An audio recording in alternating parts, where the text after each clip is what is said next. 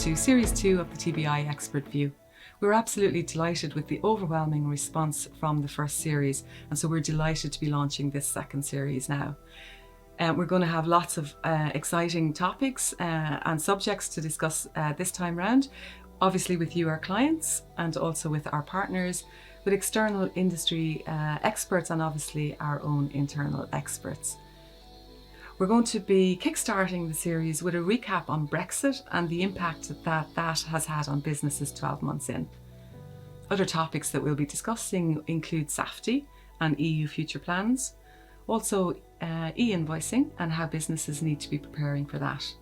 We'll also have an interesting discussion on global payments optimization and how clients can eliminate late payments to tax offices and also minimise their fees associated with that. If you'd like to be involved in this series, or if you have ideas for topics that you would like us to discuss, we'd be absolutely delighted to hear from you, and you can contact us on the link below. But for now, let's get straight into episode 1. Thanks, everyone.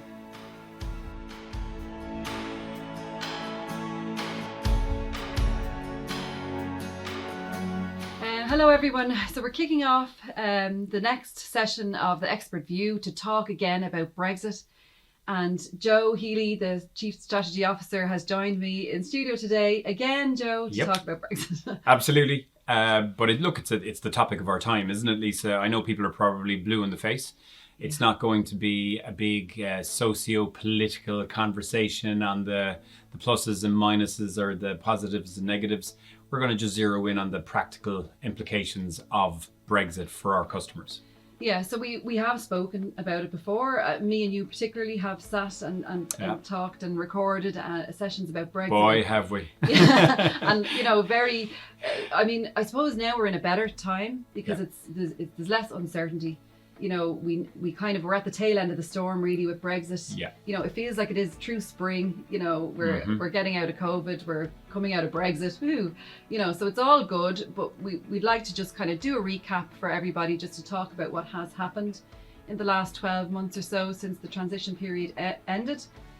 Just to talk about what our clients are still struggling with, and then just go on from that and just see, what's coming down the line in relation to Brexit. Yeah. What's left for us to talk about. Absolutely. I always equate it to the 5 stages of grief. We start off with denial, anger, but I think we're getting closer to acceptance now, right? Yeah. So we have some kind of an idea as to what kind of cards have been dealt and what kind of challenges that we have to face.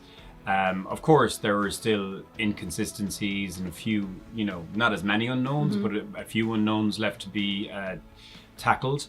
But for the most part, we know that, yes, the challenges that we predicted have come to pass. There are barriers to doing business with the EU now, if you're a British company, and vice versa.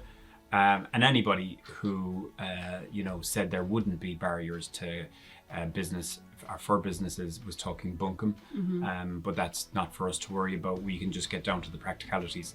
So I know that the last 24 months we've had a lot of panicked conversations of customers ringing us looking for advice and advisory support. Lisa, we still we know a lot of the unknowns have been resolved, but there are still known unknowns that we have to encounter on a daily basis. But for you, those inconsistencies and we'll say grey areas, what has been the biggest challenge post the transition period for our clients? Yeah, I think, businesses moved to VAT register in countries in various multiple member states because they knew that, simplifications were going to be gone. Call-off stock was going to be gone. Triangulation was going to be gone. So they were the knowns, okay? They were the knowns. Then, we also had situations where for companies selling to customers around Europe, they wanted to decide whether they were going to be the importer of record or their customer was going to be. So that again was a decision that they made. So that was a known. They were either going to register in those countries or their customers were going to be the importer of record. They knew in some situations that their customers wanted them to be the importer of record. So again, that's a known. So where we ran into difficulty was time delays with registrations when they were needed, time delays and administrative burden with EORI numbers, fiscal representation. So again, fiscal representation, for third countries, fiscal representation is required if you need to register in an EU member state. Not all member states, but some member states. So we knew that before Brexit. But in the run-up to Brexit then, and we had the Mutual Assistance Protocol within the Brexit deal on the 24th of December, that changed the need for fiscal representation in some member states. Companies didn't know that. So, we were scrambling to put fiscal representation in place for some companies in Italy, for example. Then, boom, the protocol was there, the Mutual Assistance Protocol, fiscal representation was no longer required. So you can just imagine the administrative hassle around those kind of things. So they were the kind of things that companies couldn't plan for. So they were looking at their transport links, their supply chains, looking at margins, looking at where they needed registrations, all of that they could plan for. Things like delays with tax office software not being ready, the fiscal representation situation as well.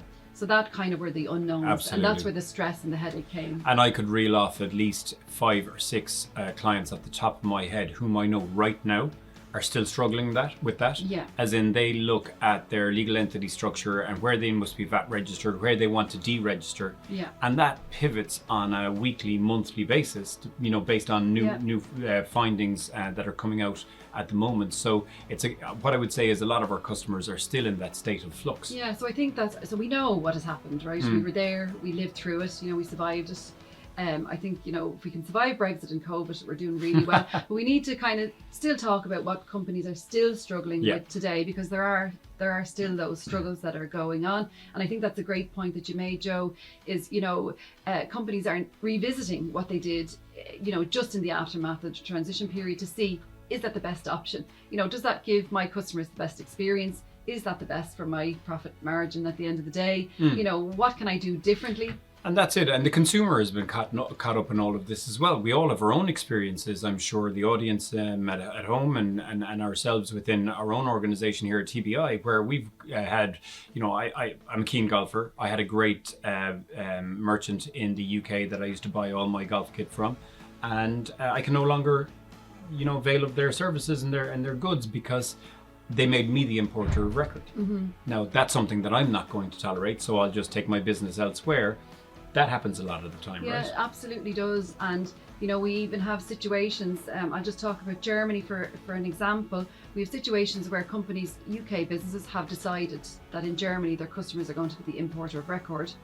And the German tax office have come back, and we've had situations like this, and I don't know if people are aware, the German tax office have said, if it doesn't say on the website in the terms and conditions that your customer is the importer of record, the German tax office still want that business to pay the import VAT. So those goods have been imported into Germany. The customer is the importer of record. The sale has been made.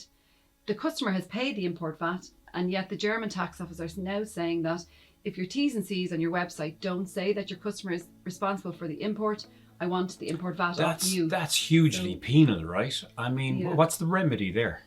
So, well, according to the German tax office, appeal, but that's just time, effort, resources, cost. And you're looking to, you'll need to provide proof of the importation and, the documentation, and working with your carriers then to compile that information. And, and if there's a gap in your documentation, where do you stand? So, we are, on behalf of our customers, we are in contact with the EU Commission on topics like this. But, it's for businesses to have to use a third party to try to figure out what needs to be done in these kind of situations. So those things are still going on. And we still have kind of administrative burden with Brexit, and with the EORI numbers, the EORI numbers, and linking of multiple VAT registration numbers to your EORI number. Clients not realizing that you need to do that link with multiple numbers, and goods ending up in a port in Belgium stuck. That's still going on. Yeah. It is, and I suppose from our standpoint, we have to always be cognizant of how we can support, how we can help. And of course, we do provide a huge amount of advisory services to our clients. We do provide a huge amount of compliance services, as well as the VAT recovery piece to our clients. And what we've also identified through various our client platform program, Elevate, is that one of the best sources of information for our customers is that peer-to-peer networking and knowledge sharing. Am I right? Absolutely, because that was a big thing with Brexit. The theory is there. We know what we have to do, but it's, what is the correct form that I have to fill out? What is the box that I need to tick? We still see issues even with the introduction of import one-stop shop, which we actually haven't managed to get to. And this, we could talk for hours about that. But just again, ticking the right box to make sure that your import one-stop shop number is noted on your customs documents, so that you're not also charged import VAT.